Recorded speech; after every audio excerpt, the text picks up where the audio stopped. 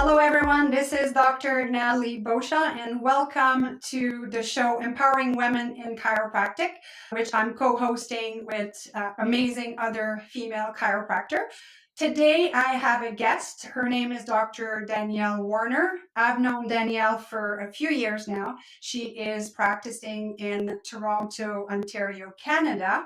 And I thought we would chat with her to see what throughout the years made her so successful in practice, because I think as chiropractors, it's always nice and fun to hear about other people's practice because we can always learn from each other. So Danielle, welcome to the show. Thank you. Cool. So Danielle, instead of reading your bio, I figure you have an interesting story with chiropractic and how you became a chiropractor. So I will let you share that story, and then we'll jump right into some strategies. Okay. So my first introduction to chiropractic was through my mother. She suffered from pretty debilitating migraines. And so when we were early teenagers, naturally, her migraines were resolved through that. And we started going, my sister and I, when we were teenagers. And then as I went through university, I knew I wanted to get into health and wellness. And so that was something obviously that I looked into to become a chiropractor. And what actually happened is my mother went back to school as a mature student. And so she actually graduated top of her class about 10 years prior to me. So I remember her going through when my sister and I were teenagers. So very inspiring. And then one of the things that I did, which I think really attributed to the trajectory of my career, is I really wanted to get a clear vision before I started school. And so I found a doc that was doing what I wanted. And I basically followed her and I worked for her and I absorbed myself in her vision so much so that then it became my own. And so when I came out of chiropractic college, I did some locuming and then was given the opportunity to start on foster family chiropractic. From there, we worked in partnership for, 14 years. And then now I'm owning and running the clinic myself. That's awesome.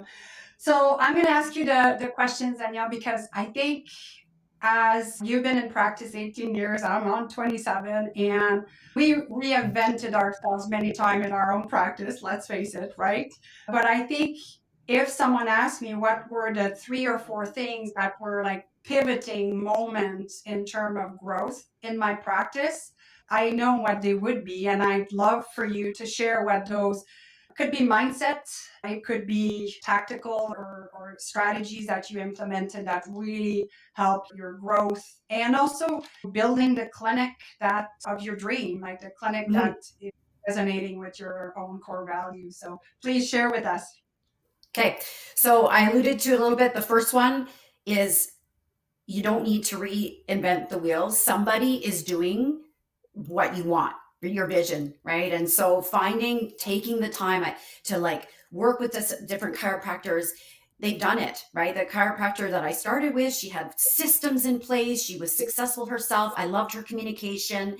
And so it was like, I didn't have to do all of that hard work figuring it out and making those mistakes. Someone's done it. I would say if you're starting out and you're listening to this, having that is, for me, made a big difference. And I think really allowed me to really focus on the adjusting, focus on getting clear on my communication and those things, and all of the nitty gritty of running the office that we had those systems in place. So that was huge because it freed up bandwidth for me to grow my skills and my communication. I hired somebody to do my social media and my emails for me. So I have a vision. I meet with her. By far, that I think, as far as running a practice, and so much of what we do now is online and social media, it's not necessarily my personal love language. However, it's very important in this day and age. And it's been a game changer. We have our plan. I send it to my gal. She posts it. She's great. So really finding someone to help you out with some of those things, that was huge for me as far as the pleasure that I am taking in running the practice, because I do feel, for me, if I had to sit down and come up with those things and do that all myself, that would be very energy draining. I now have an exam. Sure. Yep. Sorry, not to cut you off, but I think it would be interesting to know part of your marketing money allowed for your on your budget. What is the percentage that you're putting towards social media or having this person on board? Yeah, for me, it's not that much as far as social media. I had someone, she was a practice member, she's an ambassador for Lululemon. She came to me and said, can I do some social media stuff for you so that I can put it on my resume? And I said, absolutely. How about I pay you? How about I hire you? And so we've been developing this relationship for years, and it doesn't have to be that much because the younger generation, they enjoy it. It comes naturally. They have access to, they're on it. They make the reels, they do all those things. And so it's really good experience for them. So finding somebody that is wanting that as experience, it's not taking a draw. And then I do market, I do put aside a little bit for my email campaigns. So I'll sit and I'll meet with a company and we hash out the vision and we do 3 months in a row. But then it's done. It's done and I approve it and it comes out and it's great if something changes. And so, but even it's not a significant amount, but it frees up as far as what time is worth and balance in my life. Yeah, it's two key points, right? Find someone on the disc profile that's an I, that's outgoing and love doing that stuff. And you're right. Some people in the younger generation, they're really fast and efficient. So it doesn't have to be as much as we would think it would cost. And to have that, especially if not something that you enjoy, I think it's key. There's definitely some gold in that recommendation. And you can even get a co-op student. You could research, okay, what are the programs that are doing these things? It's valuable, right? And it's a win situation. And I've been doing this now with her for 5 years. And every time I just send her a quick note and she makes these beautiful reels, it's amazing. And really, it's not a lot as far as the impact on payroll. So that was huge. The other one thing that I did as far as allowing me to see the volume that I'm seeing and connect with each individual the way I want to is an exam doc. I have somebody that comes in and she does a lot of she does the exams, the reassessments, those kinds of things. And she's excellent at it. Everybody loves working with her. And then that allows me to adjust at the volume that I'm adjusting. And I do put time aside for the communication piece to go over and do the reviews, but it's amazing. And then all of the stuff is done. It's even as far as charting and stuff like that. And that's just actually more recently I've implemented that and it's huge. It's huge. And I would say, and this goes back to that first one on getting a clear vision, start practicing the way you want to practice. So know what that looks like. How much time? What do you need to communicate efficiently? What is it that the pace, the flow, that needs to start at the beginning? Because I think as we start and then we're figuring it out and it's hard to pull back, right? Repetition, hardwiring in the nervous system. You take the time at the beginning and then you fine tune it. And I think that was huge for me as far as that being able to sustain the volume once I got there. I wasn't behind. I was running efficiently because I was always running efficiently. So that was a really big one.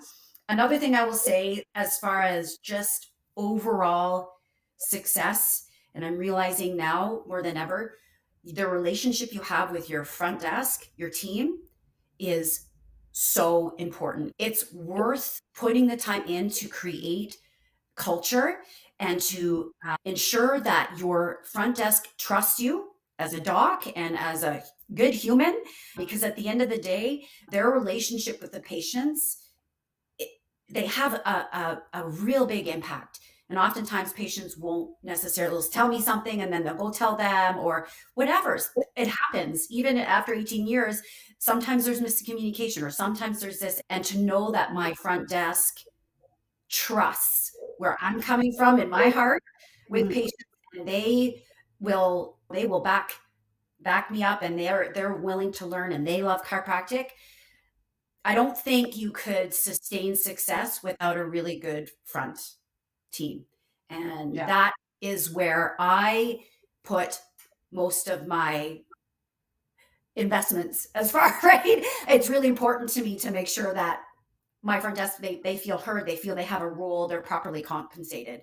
So that's another really big one. Yeah. And I think I'd add to that too, because in 27 years, I've had a lot of front desk. And one thing that is huge is that they are under chiropractic care themselves, right? If I look back and take an inventory in my head of the staff that really were strong at the front were people that were probably even under chiropractic care, either with me or with another chiropractor. Of course, we educate them and so forth, but I think thinking now, my staff gets adjusted on a regular basis. They know what's going on the chiropractic table. So I think that's important too. But I could not agree more with the culture. And I myself hire a lot of students, university students. And right now, I wish I could freeze time because I have such a great team. They're in school. Some of them are doing their masters, but still working in the clinic and so forth. This is how great of a culture we've created that I know they look forward to come to their shift. And I get goosebumps saying that. And I'm serious that I wish I could freeze time and keep them all, but they're all studying in health, but in different degrees. So I could not agree more with that to spend a lot of time and energy into that. And not to say, I remember myself, I don't know, do you do weekly training with your staff? Do you have a set Yeah. time to do training? Yeah. That is very important too. And one drawback of for myself to have many students is that it's a little bit harder, but it has its pros and cons. And I think an exam doctor or somebody doing your scans and your intake has been one of my pivotal moments. And you're right to say go at the pace that you want to be at. If you spend X amount of time with a patient, even if we're not busy, really try to stay within your system. And I found, what would be the number you'd say to look into getting an exam doctor or someone doing the exam? When you're over 100, I think it's starting to be a volume that you could look at that. And I know at first I was a bit scared to have a back person. Oh, it's going to be costly. But like you, oh my God, the difference that it made is huge. Yeah. And in your time afterwards, we always have paperwork and that stuff, right? So I think you're more energetic in practice if you could just do your art. And I don't know, it's made a big difference. I love the days that she's there because I know that things are going to run very smoothly. And yeah, it's a beautiful thing for sure. It took me a while. It took me a long time, but I was just like, I can't, it's a lot. And if you intend to practice at a higher volume, then that's the other thing is to really, you got to manage your energy. When I serve, you extend, but I think if you can focus on really being respectful of your time so that you can serve is huge. Yeah. And the last thing I would say, sorry, go ahead. No, go ahead, please. No, the last thing I would say that really made a difference, and this is just like an aha moment with how I communicate chiropractic and the nervous system. I dropped the story that it was my responsibility. Like I'm doing it all, right? As far as I got really good at communicating and falling in love with the nervous system and helping people to understand and trust truly how self-healing we are, how self-regulating we are, and really bringing that to the table right at the beginning. That one piece was huge because then it's a dual, like it's a joint endeavor, right? It's a contract. We're working together, and that takes a lot of the load off of you as the chiropractor and that expectation that it's my job to heal you.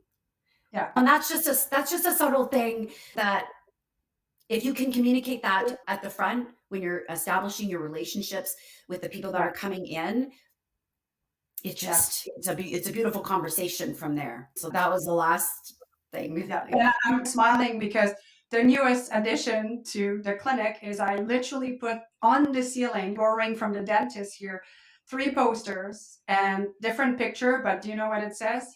healing takes time. Yeah. And it's funny because patients that have been coming to the clinic for years, they'll look, Nathalie, when did you put this? Because they're not just noticing it. And having the conversation about it, I think, is great for table talk. And just this last week, one of my patients had a brain tumor, just started care recently. And you just understand, I'm just there to optimize his nervous system. But he asked me for if he could take a picture. I said, I'll do better than that. I'll send you the graphic. And he says, thank you. I'm going to put that as on my board so I can focus on that daily. I'm like, wow, I didn't think doing that picture would have such a big impact, but just empowering even for me to know that people need to see this. And obviously he needed to see that. So cool. Lastly, and we haven't spoken about it, but I know last time we spoke, you were heading to a retreat with Dr. Mo. Where is it that you went? It was in Costa Rica. Rica. Yeah. And the reason I'm bringing this up is that you talked about strategies in your practice, but what about us? What about us as human? What about us to recharge our batteries with like-minded people, with things that are going to make you grow as a human? So tell us more about that retreat because it sounded fantastic. Yeah. So Dr. Mack and Dr. Mo from the Prana Foundation, it was exceptional. It was first of all, they are exceptional women. And they really held a space, and it was about those tiny little rituals to protect yourself and your energy. You felt cared for. They basically did everything for you, and it was the most beautiful combination of rest and restoration. They were all this like free time, but in such a guarded space. And then also having that conversation about the nervous system. I was like, chiropractor, it's like a combination of my love language and polyvagal theory, and there's this heady stuff. And it's interesting because there were other women there from other different professions, but it was all relative. And I just, for me, it took me a bit to settle in because I'm not used to being served. I'm not used to, and I was like, oh, right, we take care of others. Yeah, that's right. And I took the time and I let it all go, and the energy and capacity on the other end of it was amazing. And so watching that as well, I think as you're going through, it was for me, and I don't recommend, it was probably 10 years, it's probably a decade before I started to do things other than seminars and different things, super driven and stuff. And so just doing a retreat like that where you're with your people, it feels like a beautiful tribe, and it was very protected, and it makes a difference. You can do more. You can be more when you do those things. And they were exceptional at it. It was all about the participants and their needs. Yeah. It was very well done. That's awesome. And another great piece of advice in terms of, yes, going to seminars for tactical stuff, but to recharge your own battery. I myself did something different. I never closed the office between Christmas and New Year's, but I did this year. And wow. And I went away. So it was great. And I did feel recharged on the other end. So I think it's important that we take the time. So Danielle, thank you so much. And leaving here, is there anything else that you would like to say to, let's say, a younger chiropractor, just to recap on everything we talked about? I would say, you know what? It's all worth it. Keep trying, work with mentors, work with coaches. Some things will work, some things won't. Some things will feel good and they won't, but it's all growth and it's never done. So managing your energy and supporting yourself along the way, I think is really important, because there's no like, when I get there, I'm going to whatever. It's always evolving. And I think that's what's really beautiful. But if you want to stay feeling successful and inspired in practice, then there are so many wonderful people that you can work with. I've always had a coach, and I would say some really resonated, some didn't. They were all beneficial in one way or the other. And investing in mentorship it's important. It's crucial. I've never not. So yeah. That's awesome. Thank you. Thank you so much, Danielle. It's also great to catch up with you. I'm sure we'll see each other soon, and not soon enough, but soon enough, hopefully. So thank Okay. you. Thanks. So this was Dr. Danielle Warner and Dr. Nathalie Beauchamp for the show Empowering Women in Chiropractic, brought to you by ChiroSecure, which are putting together a series of educational videos like this on a variety of topics. I know that I'm often tuning in myself to listen to what's going on in the world of chiropractic. So thank you very much. I hope you enjoyed today's show, that it inspired you and that it gave you some new ideas to incorporate in your practice.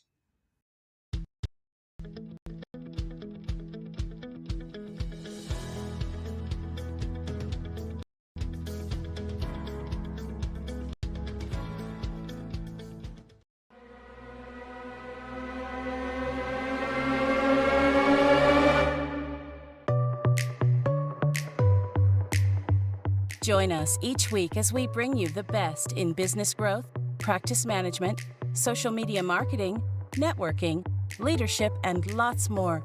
If it's about women in practice and business, you'll hear it here. This has been a ChiroSecure production.